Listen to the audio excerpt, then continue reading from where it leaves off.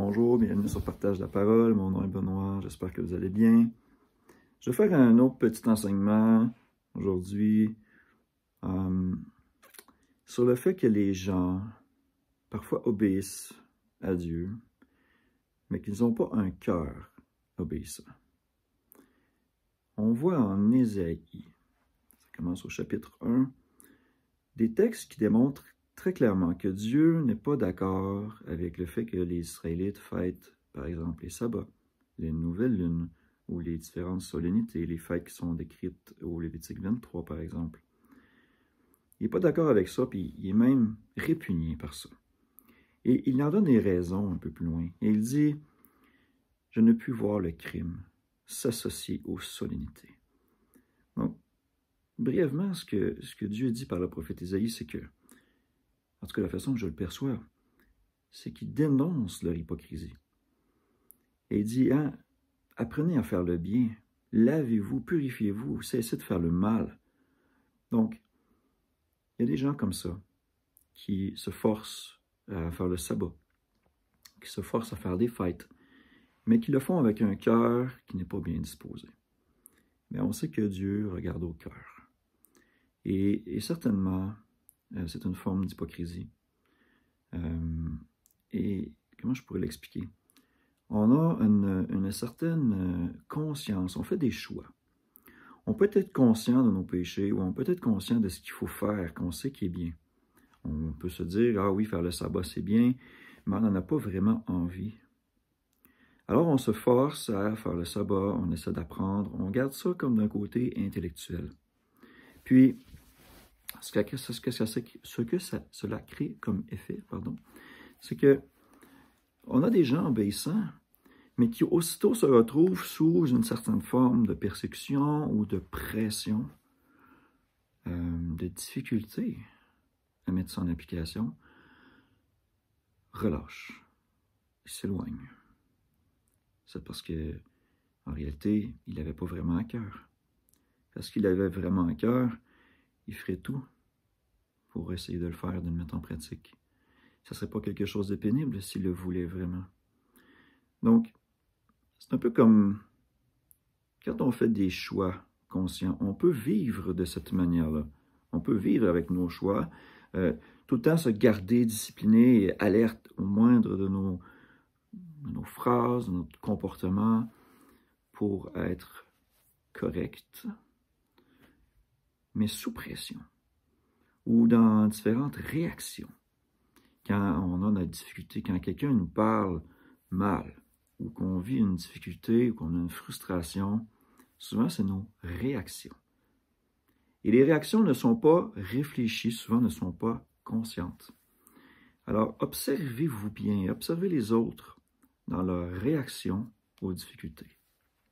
C'est là que vous allez voir si une personne est vraiment honnête dans son chemin avec Christ.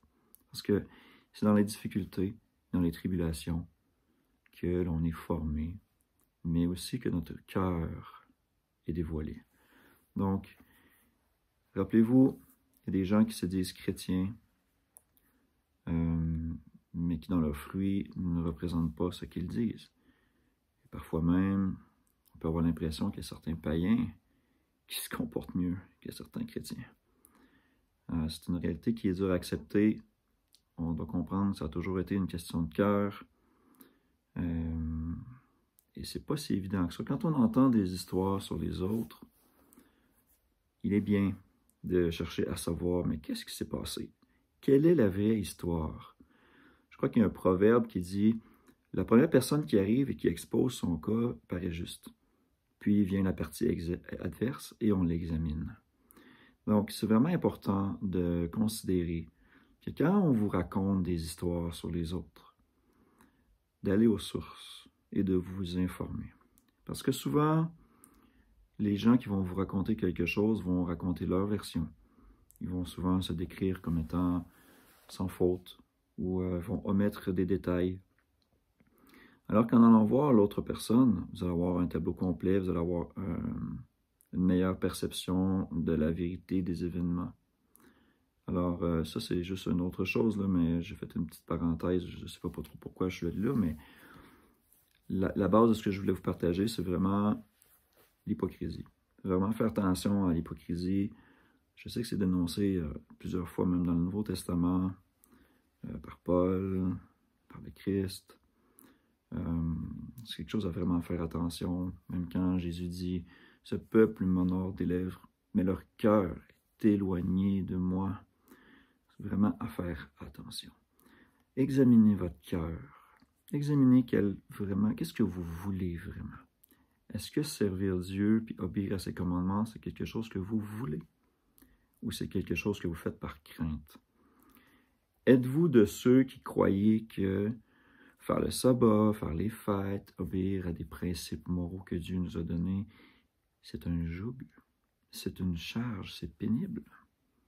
Est-ce que vous êtes de ceux qui croient ça?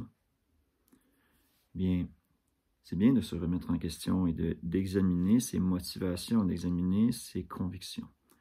Je crois qu'à un certain moment, il est mieux de dire « Bon, je n'ai pas la pleine conviction que de faire le sabbat, c'est bien. Donc, je vais être honnête avec mon cœur et je ne le ferai pas. » Je crois que ça, c'est mieux, d'une certaine manière, envers soi-même et envers Dieu aussi, que de dire « Ah, je veux garder le sabbat parce que je sais que c'est une bonne chose à faire, mais j'en ai vraiment pas envie. Mais je vais le faire, je vais me forcer. » Oui, mais non. Dans le sens de oui, on a la parabole des deux fils, dans laquelle le père demande à l'un « Va travailler au champ. » Il lui dit « Oui, oui, je vais y aller. » Il demande à son deuxième fils « Va travailler au champ. » Il dit « Non, ça ne me tente pas d'y aller. » Et que finalement, celui qui avait dit « Oui, oui, je vais y aller », il n'y va pas. Et que celui qui a dit « Non, non, ça ne me tente pas », il y va, lui. Alors Jésus demande « Lequel des deux a fait la volonté du Père ?» Mais il dit celui qui finalement y est allé.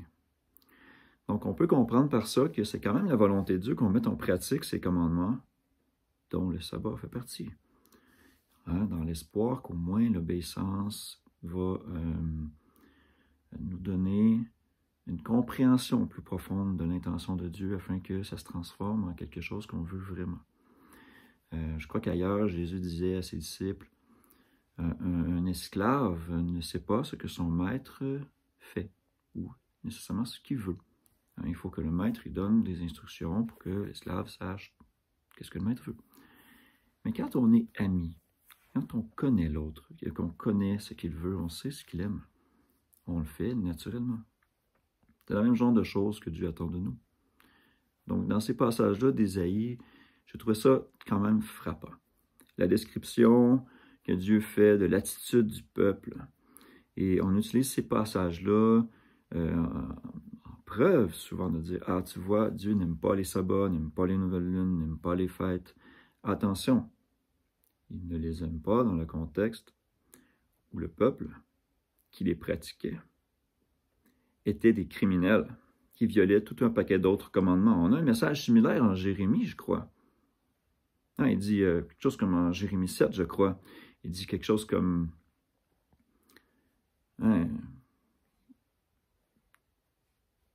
J'essaie de m'en rappeler de mémoire. Le texte ne me revient pas nécessairement, mais il dit « J'ai pas parlé à vos pères dans le désert au niveau des sacrifices, des offrandes et tout ça. C'est pas quelque chose que j'ai voulu. » Il dit ailleurs que c'est pas le fait de venir se présenter devant lui qui fait une différence, alors que dans votre vie, vous êtes rempli de péché. Vous ne pouvez pas venir vous présenter devant Dieu dans une solennité, alors que le restant de votre vie n'est pas en ordre. Ça fait hypocrite. Donc, je vais mettre les versets à l'écran, puis espérant que ce petit enseignement-là encore a été utile et édifiant, je vais garder ça relativement court. Donc, merci de votre attention. J'espère que vous allez passer une belle journée, une belle soirée, une belle nuit, dépendamment de quand vous allez écouter ça. Et je vous remercie de m'avoir écouté. On se dit à la prochaine. Que Dieu nous bénisse tous. Au revoir.